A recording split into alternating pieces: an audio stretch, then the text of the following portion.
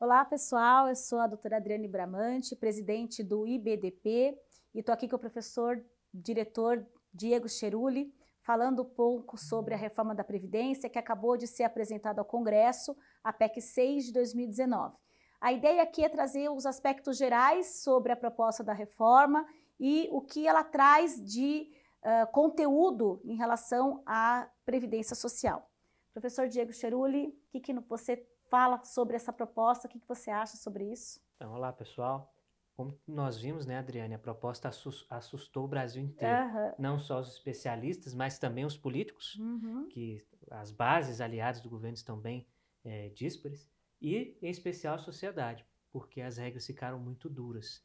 E a primeira regra que nós temos que ter em mente em relação a essa reforma é que não tem regra.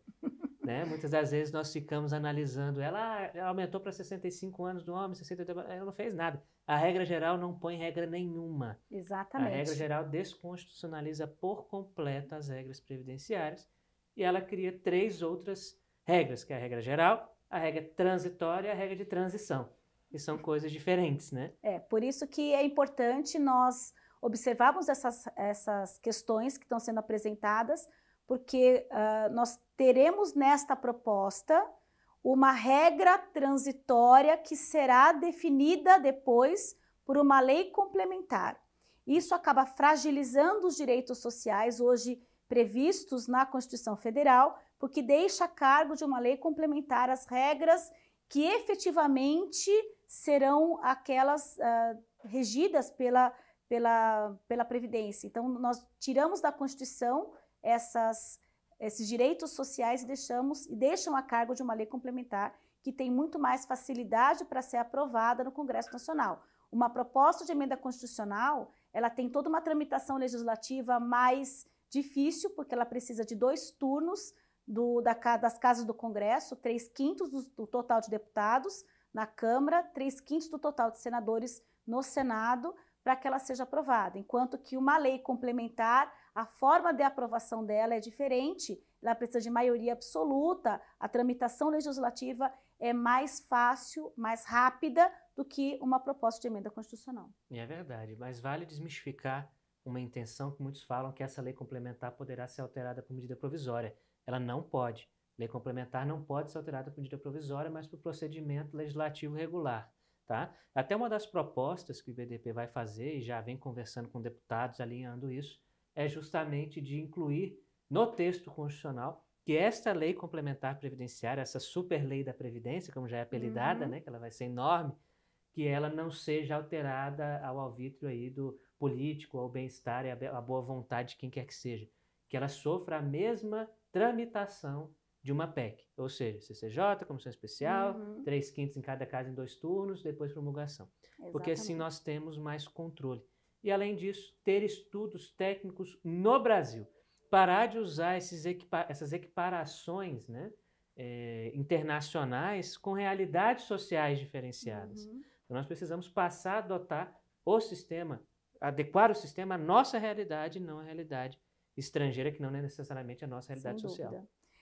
Então, a gente precisa ter em mente que as regras da proposta da PEC 6 de 2019, ela traz regras de transição e regras transitórias, porque tudo será definitivamente apresentado por uma lei complementar. Nós precisamos diferenciar essas questões, porque são fundamentais, na verdade, para nós entendermos o que vem aí com as reformas previdenciárias. É verdade. É bom só mencionar essa questão das 3, né, que o pessoal não entende. Transitória, regra de transição e regra transitória. A regra de transição vai ser aquela após a aprovação de tudo. Né? Para quem quer se submeter às regras anteriores de concessão de benefício, vai ter que cumprir aquela regra de transição para poder se aposentar naquela regra anterior. A regra transitória é entre a aprovação da PEC e a aprovação da lei complementar. Nesse interstício de tempo, a regra que vai valer vai ser a regra transitória e não a regra de transição. E ainda depois tem muita discussão sobre isso, mas que vai ser objeto de outra abordagem. Nós teremos 3 tempos. Uma regra que vai valer até a publicação da emenda, uma regra entre a publicação da emenda e a lei complementar e um novo tempo após a publicação da lei complementar. E quais são essas regras de transição para aposentadoria por tempo de contribuição no regime geral? Nós tivemos 3 regras apresentadas, 3 regras de transição para o regime geral. Uma regra de transição, que é a regra com pontos, onde o homem tem que ter 96 pontos, começa em 2019 com 96 pontos, a mulher com 86 pontos, desde que tenham 35 anos de tempo de contribuição o homem e 30 de contribuição a mulher. Então, eu preciso ter esses pontos mínimos e esses pontos eles serão progressivos. A cada ano aumenta 1 ponto nessa regra. Isso vai até 100 pontos para a mulher e 105 pontos para o homem em 2033, mais ou menos. Ou seja, essa é uma regra de transição, vamos chamar aqui de regra de transição 1. Regra de transição 2 é aquela vinculada a uma idade mínima. A PEC já traz de imediato uma regra de idade mínima de 56 anos para a mulher e de 61 anos para o homem, tendo que ter também 30 anos para a mulher e 35 de tempo de contribuição. Isso também se estende até alcançar ali 62 anos para a mulher e 65 para o homem, que seria a regra transitória permanente. Isso. Que será submetida a uma lei complementar que pode alterar esta regra. E a regra de transição 3 é aquela em que aquele que está há 2 anos da aposentadoria, ou seja, a mulher com 28 anos e o homem com 33, poderão se aposentar sem idade mínima ou sem os pontos com esta regra, desde que cumpra 50% de pedágio do tempo que falta para completar os 30 ou os 35, mais um fator previdenciário que será aplicado nesta última regra de transição 3. E é interessante essa questão das regras, né, Adriane, que nós costumamos dizer que o Brasil, o modelo constitucional brasileiro, ele não obriga o legislador a criar uma regra de transição, porque não se respeita, não é direito adquirido, a expectativa de direito não é considerado como direito adquirido. Até o próprio Supremo já disse que não existe direito adquirido sobre essa expectativa sobre o regime jurídico único, né? Então, nessa linha, nós temos que ver que essa regra de transição proposta, na verdade, ela não é uma transição, ela basicamente já é a regra geral sendo imposta. A transição está para quem está menos de 2 anos da aposentadoria. Para quem está mais de 2 anos, qual seria a vantagem de entrar na regra de transição, considerando que o cálculo ainda é o mesmo? Sim. Que o cálculo em todas essas regras é aquele que você vai fazer apurar o salário de benefício, que é a média aritmética dos 100% de salário de contribuição de 94 até a data do início do benefício, aplicar o coeficiente de 60% e mais 2% a cada ano que superar os 20 anos de contribuição mínima. Então, qual a lógica? Se nem o cálculo do benefício, que é o mais prejudicial nesse momento, né? Ele não vai alterar, não vai ser benéfico ao segurado, qual a lógica de se entrar nessa regra de transição?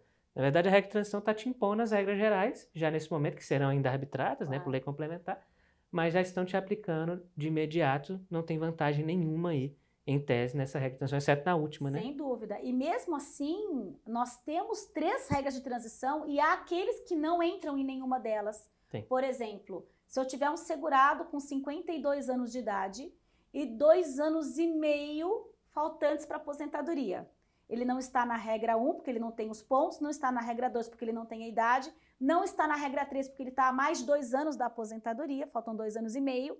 Com 52 anos de idade, ele terá que trabalhar até os 65, porque ele cai na regra permanente e, portanto, ao invés de 2 anos e meio, terá que trabalhar 13 anos. Ou seja, aqueles 32 anos e meio de contribuição não valeram para nada. A regra, na verdade, acaba excluindo esses segurados que estão na iminência da aposentadoria e não tem um percentual importante de tempo de contribuição e, portanto, não se submetem a nenhuma dessas regras, ele estaria fora dessa transição. É uma transição que não transita. Não transita.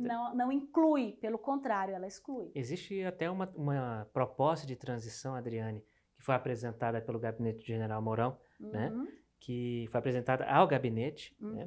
Em que essa regra de transição considerava um percentual em cima do tempo de contribuição já obtido, né? Essa parte foi excluída, né, do texto e por isso que gerou essa disparidade, porque não se respeita o vínculo da pessoa, embora, lembrando, o legislador não está obrigado a respeitar, claro, né? Mas ele não respeita, não garante essa segurança jurídica e, obviamente, destrói por completo a confiança legítima do cidadão no sistema de proteção social. E o mais gravoso de tudo é a questão do cálculo. Eu tenho, por exemplo, um segurado que tenha 61 anos de idade e 34 de contribuição. Ele estaria nas 3 regras de transição, vamos dizer assim. Ele tem a idade, ele tem o tempo, então, e ele tem faltando menos de 2 anos para aposentadoria. Se ele esperar 1 ano, ele vai completar os 96 pontos e pode se aposentar pela regra atualmente vigente com 100% da média, de 80% dos maiores salários. Com a publicação da emenda, ele terá uma redução de 30% na sua média. Por quê? 10% pela aplicação do fator previdenciário, porque ele vai pegar um fator de 0,90.